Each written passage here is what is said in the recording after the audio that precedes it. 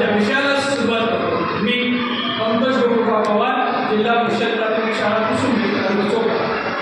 माझा आजचा विषय आहे भारतीय स्वातंत्र्याचा अमृत महोत्सव, स्वातंत्र्याचा अमृत महोत्सव आणि शिक्षण व्यवस्थेसमोरील आव्हाने.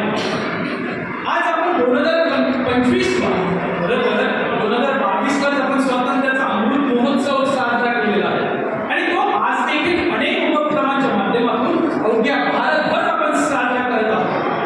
पण हा भारताचा जो इतिहास आहे, हा आधुनिकतेचा, वैज्ञानिकतेचा आणि प्रगतीचा इतिहास आहे, हे मला या ठिकाणी सुरुवातीलाच अधोरेखित करावंसं वाटतं.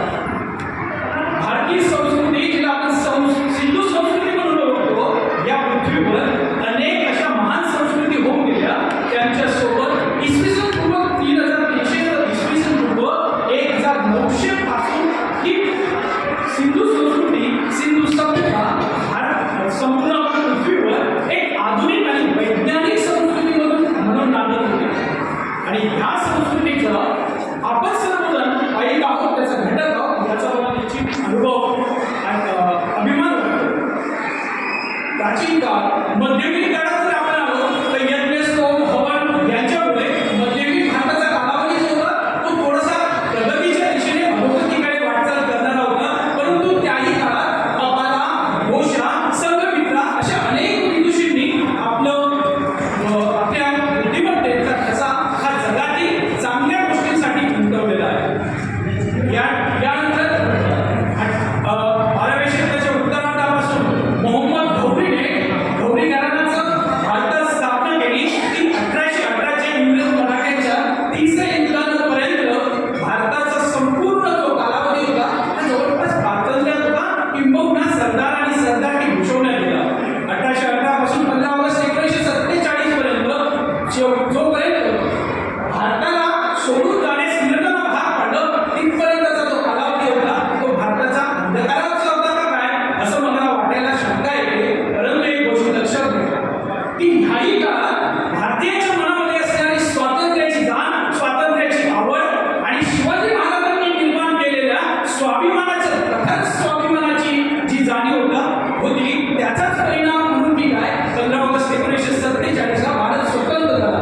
15 ऑगस्ट 1947 तर आज 2025 पर्यंत गेल्या 78 वर्षामध्ये भारताने अनेक क्षेत्रांमध्ये प्रगतीचं यशोशिखरे गाठली आहे. मग ती प्रगती असेल विज्ञान क्षेत्रातील असेल, अर्थ क्षेत्रातील असेल किंवा अनेक क्षेत्र जी आहेत, ज्या ठिकाणी आपण प्रगतीची शिखरे असतात, ती सर्व शिखरे भारतीयांनी आपल्या प्रांत केलेली आहेत. आणि त्याच्यातच महत्त्वाचं शिखर ते म्हणजे शिक्षण. कारण डॉक्टर बाबासाहेब आंबेडकर म्हणायचे की शिक्षणाने मस्तक सुधारलं आणि सुधारलेलं मस्तक कोणापुढेही नतमस्तक होत नाही. आणि ही शिकवण आपण 15 ऑगस्ट 1947 पासून गेल्या 78 वर्षापर्यंत शिकत आलेलो आहोत. या निमित्ताने स्वातंत्र्योत्तर काळामध्ये 1948 ची जेव्हीपी समिती असेल, 1952 चा मुद्रिकार आयोग असेल, 1964 ची कोठारी आयोग, 1968 शैक्षणिक धोरण, 1986 नवीन राष्ट्रीय शैक्षणिक धोरण आणि त्याच्यातच 1992 मध्ये झालेल्या सुधारणा, 2005 चा एनसीएफ, एससीएफ आणि त्याही अनुषंगाने काळ जसा बदलत जातो त्याप्रमाणे आपण बदललं पाहिजे, शिक्षण व्यवस्था बदलली पाहिजे. किंबहुना आंबेडकर तर म्हणतात की संविधान देखील बदललं पाहिजे. आणि ह्याच बदलाची जी परंपरा आहे ती शिक्षण व्यवस्थेतही 2020 साली नवीन राष्ट्रीय शैक्षणिक धोरणाच्या निमित्ताने आपण घेऊन इथपर्यंत पोहोचलेलो आहोत. भारत सारखा विकसनशील देश जो 1947 ला स्वातंत्र्योत्तर कालखंडाच्या सुरुवातीला ज्या देशाची 68% लोकसंख्या ही पायाभूत क्षेत्र म्हणून म्हटलं जाणाऱ्या कृषी क्षेत्रावर अवलंबून होती आणि ज्या देशाची 18.6% लोकसंख्या शिक्षित होती, आज 2025 ला जवळपास 80% लोकसंख्या ही शिक्षित आहे. बरीचशी घटक राज्य तर अशी आहेत की त्या घटक राज्यांचा साक्षरतेचा दर हा जवळपास 100% आहे. म्हणजेच अविकसित, विकसनशील आणि जगातील आज तिसऱ्या क्रमांकाची महासत्ता भारतीय अर्थव्यवस्था आहे. परंतु हा सगळा प्रवास होत असताना आपली शिक्षण व्यवस्था जशी दैदिप्यमान कामगिरी तिने केलेली आहे, त्याप्रमाणे त्याच्या समोर अनेक आव्हानं आहेत. जसं भारत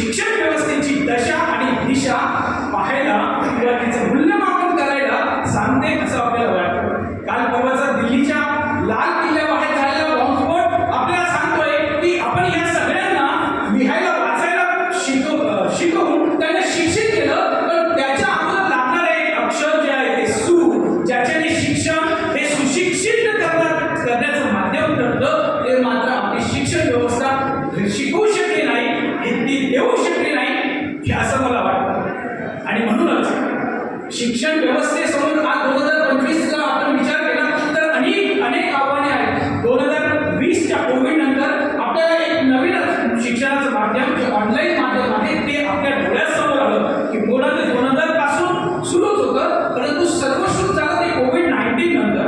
आणि त्या माध्यमातून आपल्या हातात साधनं आली, परंतु त्या साधनांची मर्यादा, त्या साधनांची शिस्त आणि त्या साधनांचा आटोपतेपणा हे आपल्याला समजलं नाही, किंबहुना आपली शिक्षण व्यवस्था ते समजावून देऊ शकली नाही. आणि म्हणूनच आपल्याला त्या नाकापेक्षा मोठी जड झाला की काय, त्याच्या फायद्यापेक्षा तोटेच अधिक आपल्याला अनुभवायला मिळाले. यानंतर सगळ्यात महत्त्वाची गोष्ट, सगळ्यात महत्त्वाचं आव्हान आपल्या शिक्षण व्यवस्थेसमोर मला वाटणार आहे ते म्हणजे आपण अभ्यासक्रम देऊ शकतोय, आपण लिहिणं वाचणं देऊ शकतोय, परंतु आपण त्याचा व्यावहारिक जीवनात उपयोग होईलच याची खात्री देऊ शकत नाही. एखादा अभियांत्रिकी झालेला विद्यार्थी जर घरातील फ्यूज गेला म्हणून तो अंधारात बसत असेल तर त्याला दिलेल्या शिक्षणाचं काय उपयोग असं मला या ठिकाणी म्हणावंसं वाटतं किंवा सांगावंसं वाटतं. संत कबीर म्हणतात, बाकी खेती देख कर गर्व किया किसान, अभी बहुत झोला बाकी है, अभी झोला बहुत बाकी है, घर आवे तब जान असं कबीर म्हणतात. आणि म्हणूनच शिक्षण व्यवस्थेतून घेतलं काय, त्याच्यापेक्षा ते पदरी काय होतं हे आपल्याला या ठिकाणी निश्चितच त्याचं मूल्यमापन करणं गरजेचं आहे. आपल्याला या ठिकाणी ठरवावं लागणार आहे, शाळा ही शिक्षण देण्याचं माध्यम आहे की केवळ त्या ठिकाणी उपक्रम राबवणं त्याचं साधन आहे. आपल्याला ठरवावं लागेल की जगाला मार्गदर्शन करणाऱ्या भारतात आपल्याला राहायचं आहे की जगाचं अनुकरण करणारे इंडियात राहायचं आहे. आणि म्हणूनच हे सगळे आव्हाने यांना समर्थपणे तोंड देण्यासाठी वसा आणि वाचा